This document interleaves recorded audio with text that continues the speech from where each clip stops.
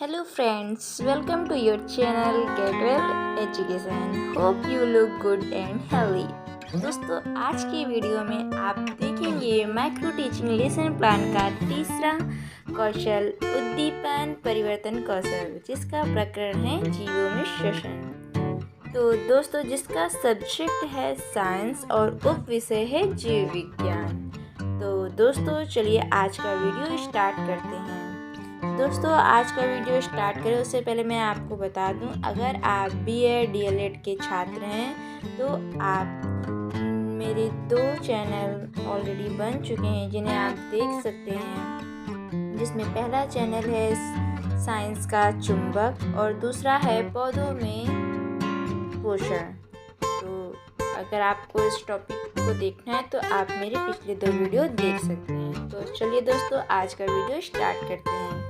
तो दोस्तों आज की वीडियो में सबसे पहले हम उद्दीपन परिवर्तन कौशल हेडिंग डालने के बाद क्लास, छात्र, अध्यापिका का नाम, विषय, उपविषय, प्रकरण और अवधि, पाठ, पुनर्पाठ डालते हैं। तो दोस्तों डेट तो आप वही जिस दिन आप पढ़ाएंगे उसी दिन की डालेंगी। क्लास 7 की, क्योंकि ये क्लास 7 का बना हुआ है, क्लास 7 का था मैंने इसलिए इसमें क्लास 7 डाला है। विषय विज्ञान, उप विषय जीव विज्ञान, प्रकरण जीवों में श्वसन, अवधि 6 मिनट, पाठ, पुनर्पाठ। अगर आपका पहली बार पढ़ा रहे तो आप पाठ में टिक करेंगे, अगर आप दूसरी या तीसरी बार पढ़ा रहे तो आप पुनर्पाठ में टिक करेंगे।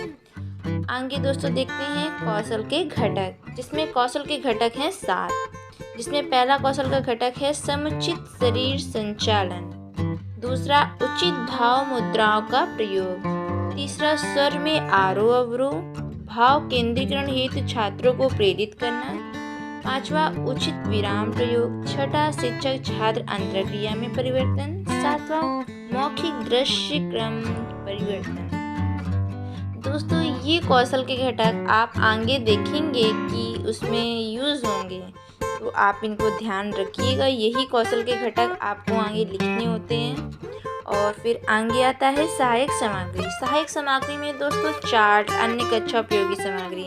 मैंने इसमें चार्ट का यूज़ किया था इसलिए मैंने इसमें चार्ट लिखा है। आप अगर और कुछ जैसे कि मैग्नेट में आप मैग्नेट का यूज़ करते हैं, इसमें जीवों में श्वसन को आप कुछ चार्ट में आप दिखा सकते हैं। और स्केलर, पॉइंटर, चॉक, डस्टर ये सब दोस्तों नहीं लिखना होता है, ये अन्य कक्षा उपयोगी सामग्री के अंतर्गत आते हैं।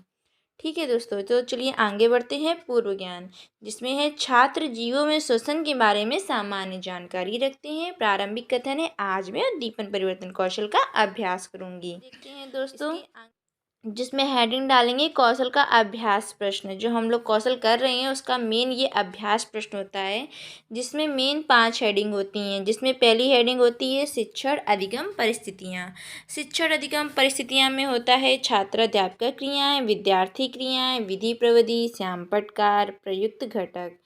प्रयुक्त घटक में आप वही घटक डालेंगे जो अभी आपने पढ़ा है कौशल के घटक, वही घटक को दोस्तों यहाँ पे यूज़ करना है। जिसमें से ये पहला घटक जो है ये सब में यूज़ होता है और ये कॉमनली है। जैसे कि ये 1 2 3 4 5 6, क्योंकि इसमें हम लोग स्पष्ट कर रहे हैं तो इसमें आरोह अवरोह, स्वर का कथन कैसा, ये सब इसमें आ जाती है, इसलिए सारे ऐड किए गए हैं।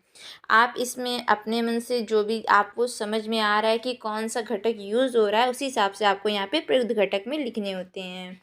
श्याम पटकार में दोस्तों वही श्याम पटकार में हम लोग लिखते हैं जो हम लोग लिख सकते हैं। अगर जो हम लोग डिस्क्राइब कर रहे हैं तो उससे तो कोई प्रॉब्लम नहीं है, लेकिन जो आप श्यामपट में लिख रहे हैं वही आपको यहाँ पे लिखना होता है श्याम पटकार में। फिर विधि प्रविधि में प्रश्नोत्तर विधि, स्पष्टीकरण विधि और उदाहरण अगर दे रहे हैं तो उदाहरण विधि, ये सब यूज़ करते हैं। तो दोस्तों चलो स्टार्ट करते हैं। छात्राध्यापक क्रियाएं।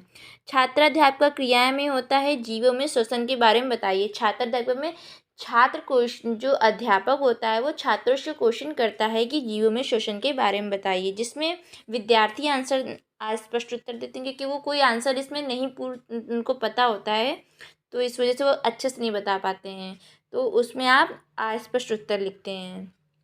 तो उद्दीपन कौशल में यही होता है बच्चों की, इसमें ठीक है, मैं बताती हूँ, सिट डाउन या वेरी गुड, ये सब आप बच्चों को उत्साह को प्रोत्साहन करना होता है, यही उद्दीपन परिवर्तन कौशल में होता है। स्पष्टीकरण कौशल में सेम ऐसे ही होता है, पर उसमें ये ठीक है, मैं बताती हूँ, या टीचर ये पूछ रहा है, ये सब नहीं होता है। यही उद्दीपन परिवर्तन कौशल में अंतर है और स्पष्टीकरण कौशल में। ठीक है बच्चों, तो स्पष्टीकरण कौशल मेन हेडिंग डाल के फिर हम जो कर रहे होते हैं वो सब हमें इसमें करना होता है कि चार्ट द्वारा स्पष्ट करते हुए। आप अगर देख सकते हो तो आप देखेंगे कि मैंने यहाँ पे लिखा है चार्ट द्वारा स्पष्ट करते हुए, मतलब मैंने इसको चार्ट में जब स्पष्ट कर रहे थे तो इसको भी मैं दिखाऊंगी लिख के।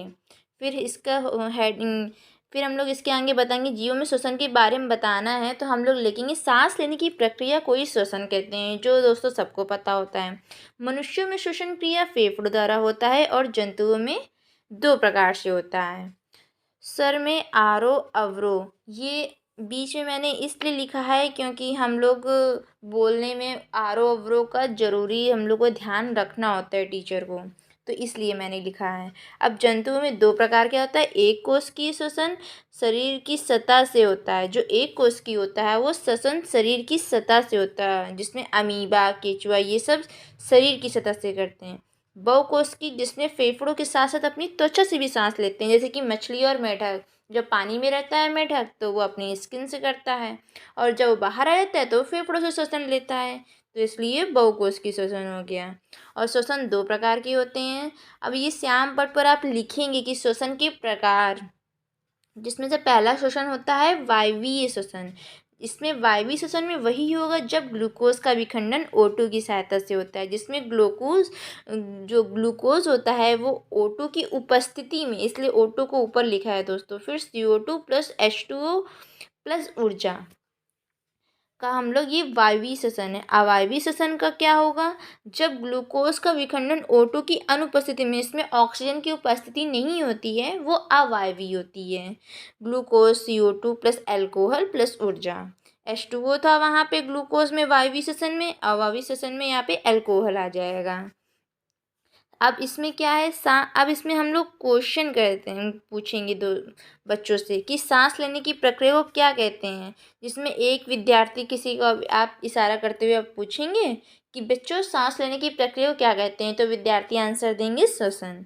तो बच्चों ये इसमें ऐसे ही। अब आपने इसमें आपने देखा कि विधि प्रविधि में आपने इसमें स्पष्टीकरण प्रविधि दिखाई, क्योंकि हम लोग इसमें स्पष्ट कर रहे हैं। अब इसी तरह से हम क्वेश्चन करेंगे तो प्रश्नोत्तर प्रविधि हो जाएगा। फिर श्याम पटकार, श्याम पटकार में मैंने क्या लिखा, श्वसन में 2 प्रकार होते हैं, एक कोशिकीय बहुकोशिकीय। और श्वसन के कितने प्रकार होते हैं, वायवीय श्वसन और अवायवीय श्वसन, जिसमें मैंने एग्जाम्पल ये हम लोग बोर्ड में लिखेंगे तो वही मैंने इसमें लिख दिया है, क्योंकि ये श्याम पटकार का है। आगे हम लोग आगे बढ़ते हैं, जिसमें हम लोग आगे क्वेश्चन करते हैं बच्चों से कि मनुष्यों में श्वसन क्रिया किसके द्वारा होती है। दोस्तों जो मैंने अभी स्पष्ट किया है ये उसी से क्वेश्चन आपको बनाने हैं, अलग से नहीं आपको बनाने, जो आपने स्पष्ट किया है अभी वही क्वेश्चन आपको बनाने हैं। तो मनुष्यों में श्वसन क्रिया किसके द्वारा होती है, दूसरे विद्यार्थी की तरफ इशारा करते हुए फेफड़ों द्वारा। फिर जंतुओं में श्वसन कितने प्रकार का होता है, उचित भाव मुद्रा का प्रयोग करते हुए 2 प्रकार का, एक कोशिकीय और बहुकोशिकीय। श्वसन कितने प्रकार का होता है, हम बोर्ड में या फिर आप अपने चित्र चार्ट में बनाएंगे तो उसमें आपको दिखाना होगा, अगर आपने बनाया होगा कि चित्र की तरफ इशारा करते हो। ये मैंने बनाया था दोस्तों, इसलिए इसमें मैंने यहाँ लिख दिया। अगर आपने नहीं बनाया तो आप श्यामपट्ट ने भी बना के तब भी इशारा करके बता सकते हैं। फिर जब बच्चे ने बता दिया तो हम बोलेंगे इसको शाबाश बैठ जाओ, जिसमें से इसके 2 प्रकार वायवीय अवायवीय बताने के बाद में। ठीक है, फिर अंतिम कथन होगा, आज मैंने छात्र कौशल उद्दीपन परिवर्तन कौशल का अभ्यास किया। तो दोस्तों आपको मेरा वीडियो कैसा लगा प्लीज़ मुझे कमेंट्स में ज़रूर बताइएगा, and don't forget subscribe my channel and share. Thank you very much.